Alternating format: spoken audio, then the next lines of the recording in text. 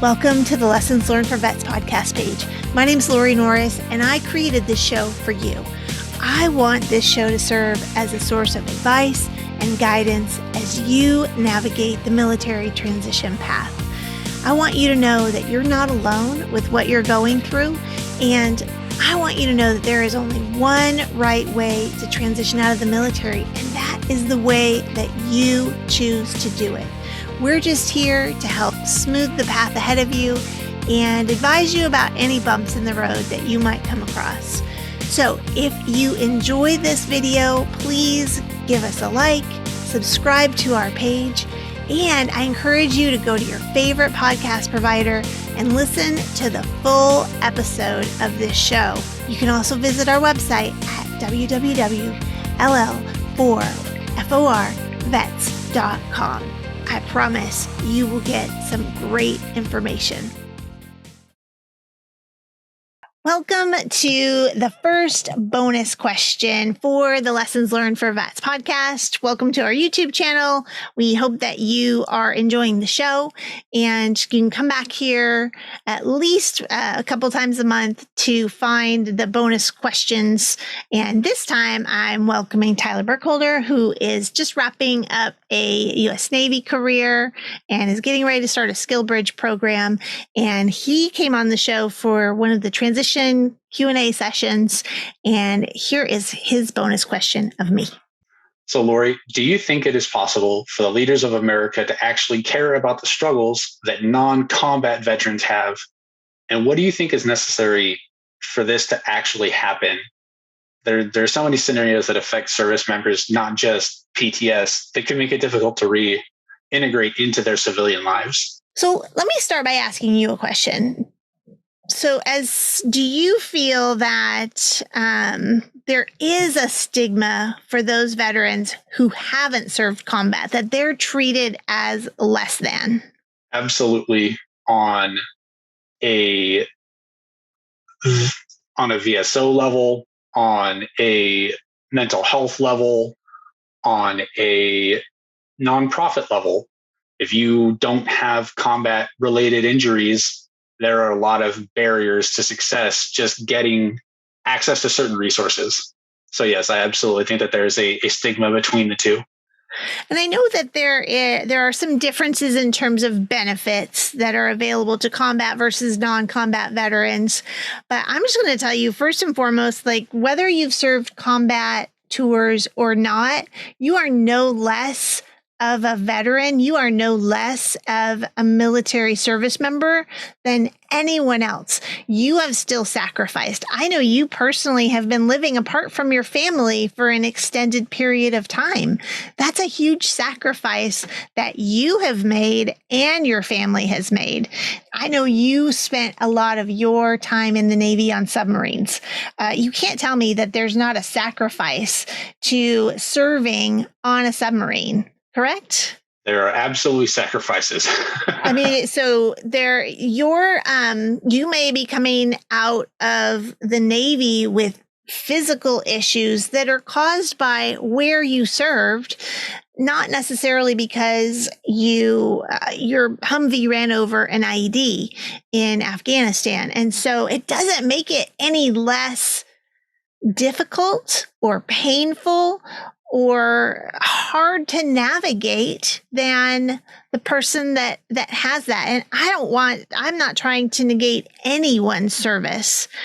I am here to tell you that as a veteran, combat or non-combat veteran, you deserve the same accolades, the same benefits, the same worth, the same attention that everyone does. Now, are there service disabled veterans that need additional support resources because they're wounded warriors? Absolutely. And do they deserve those support resources? Absolutely. But their injuries don't make you any less deserving.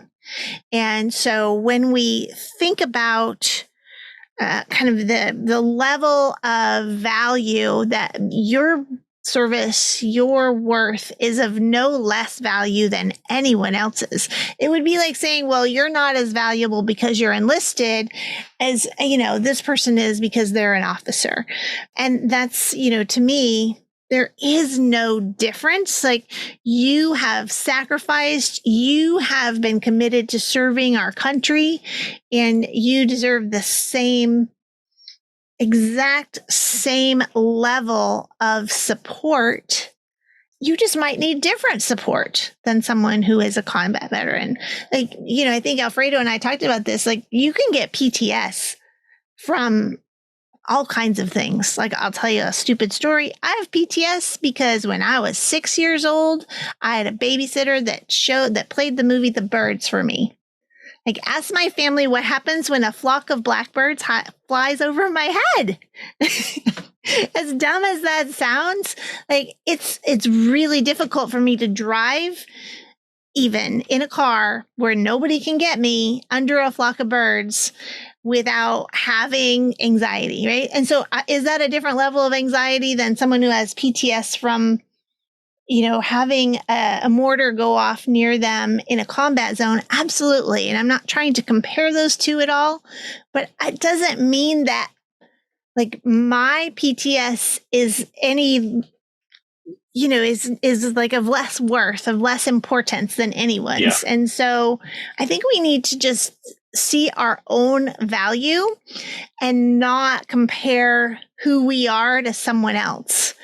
And like, if we can just stop, like, well, I have this, but if I'd only have that, the same as that person, I just think that could help so much with, stopping that comparison process and to really just look internally as opposed to looking for that external validation. Like, what have you seen to be the issue here? A lot of things is the support elements aren't sexy. Everybody knows about the SEALs. Everybody knows about SWIC. Everybody knows about Delta and the Rangers and MARSOC Raiders. Everybody sees the TV shows and the movies. All of that is what we mistakenly think is sexy, because war is not sexy. It's grotesque and disfiguring and terrible. But people want to put money where they're going to get something from it. So when you donate to, I don't know, pick any one of the charities that supports special operators, then you feel like you're doing something for that community. And it's like, oh man, that's awesome. Like, I can give myself accolades. But how many people do you know donate to submarine nonprofits? How many people do you know go down to their local base and want to donate to the military recruiters? I've never heard of that. So I would say there might be somebody out there, but I've never heard it. That right there is one of those things. And if you listen to Congress and you pay attention to politics, you see how, like, the 22 a day is a big thing, yet we still don't have access to mental health in the services. You have chiropractic care and a whole bunch of other care inside the VA, and that's new. When you try to get that on active duty, that's not an option. So again, it's a leadership thing. It's a public persona thing that I think that it's that, unfortunately, I'm going to compare this topic to what Vietnam vets dealt with, where they were the generation that were shunned, were treated terribly, were called all sorts of names, that all they were doing was serving their country. That's what they did. And yet an entire generation of people saw them as the worst kind of human. Yeah. And the era that we're in now, the post 9/11 era, it's not the same. And I'm not trying to say that it is, but when you have your support elements and your landside units who never go overseas, you might hear like a onesie twosie about a nonprofit or a vet service organization that focuses on helping those individuals transition. but you always hear about special operator programs. You always hear about all these different VSOs that are like, oh yeah, we help SEALs and everybody like that. Well, yes, they're awesome. And I'm not trying to minimize their achievements at all. But as you said, we're all veterans. How is it that my efforts, I know that my efforts directly impacted the ability for special forces to do their jobs? How can you say that what I do is any less important? I may not be the one with boots on the ground, but the intel that we gather supports missions around the world. So that's really where that comes from, is just how do we get past that sexy persona and just get care to everyone? And I think it's about just being honest about the needs of everyone, and, being honest about the gaps in those services. Again, like you said, neither of us are negating anyone's service. We just want everyone to have equal opportunities to support. And I think there are some situations where people need additional support and consideration and resources, but that doesn't mean that someone like a cook in the Army wasn't important. Like, they kept our Army fed and had the energy to fight on. And the person that coordinated the logistics to get the bullets to where they needed to go is as important as the person that's there pulling the trigger, because that person would pull the trigger and hear a click if the logistics person that supplied that bullet wasn't there to do their job. And so I think that when we can just think of it as a we and an us, as opposed to a us and a them, and that we're all one, and so I think that could really make a big impact. I can't tell you about the leaders of our nation. I definitely can't answer for them, but I can tell you that I am here to support every veteran, whether they served 2 weeks and then broke an ankle and couldn't continue to serve, or served 32 years.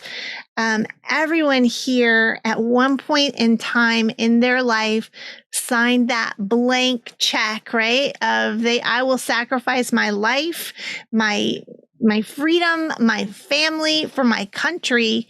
Every single one of you that signed that contract, to me, is a veteran that deserves support and consideration for what you've sacrificed, period. Absolutely agree with you. Hey, thank you for watching the video today. Have you subscribed to our channel yet? Did you leave us a comment? Have you listened to the full episode of the podcast on your favorite podcast provider? We sure would appreciate it if you would do all of these things to support us today.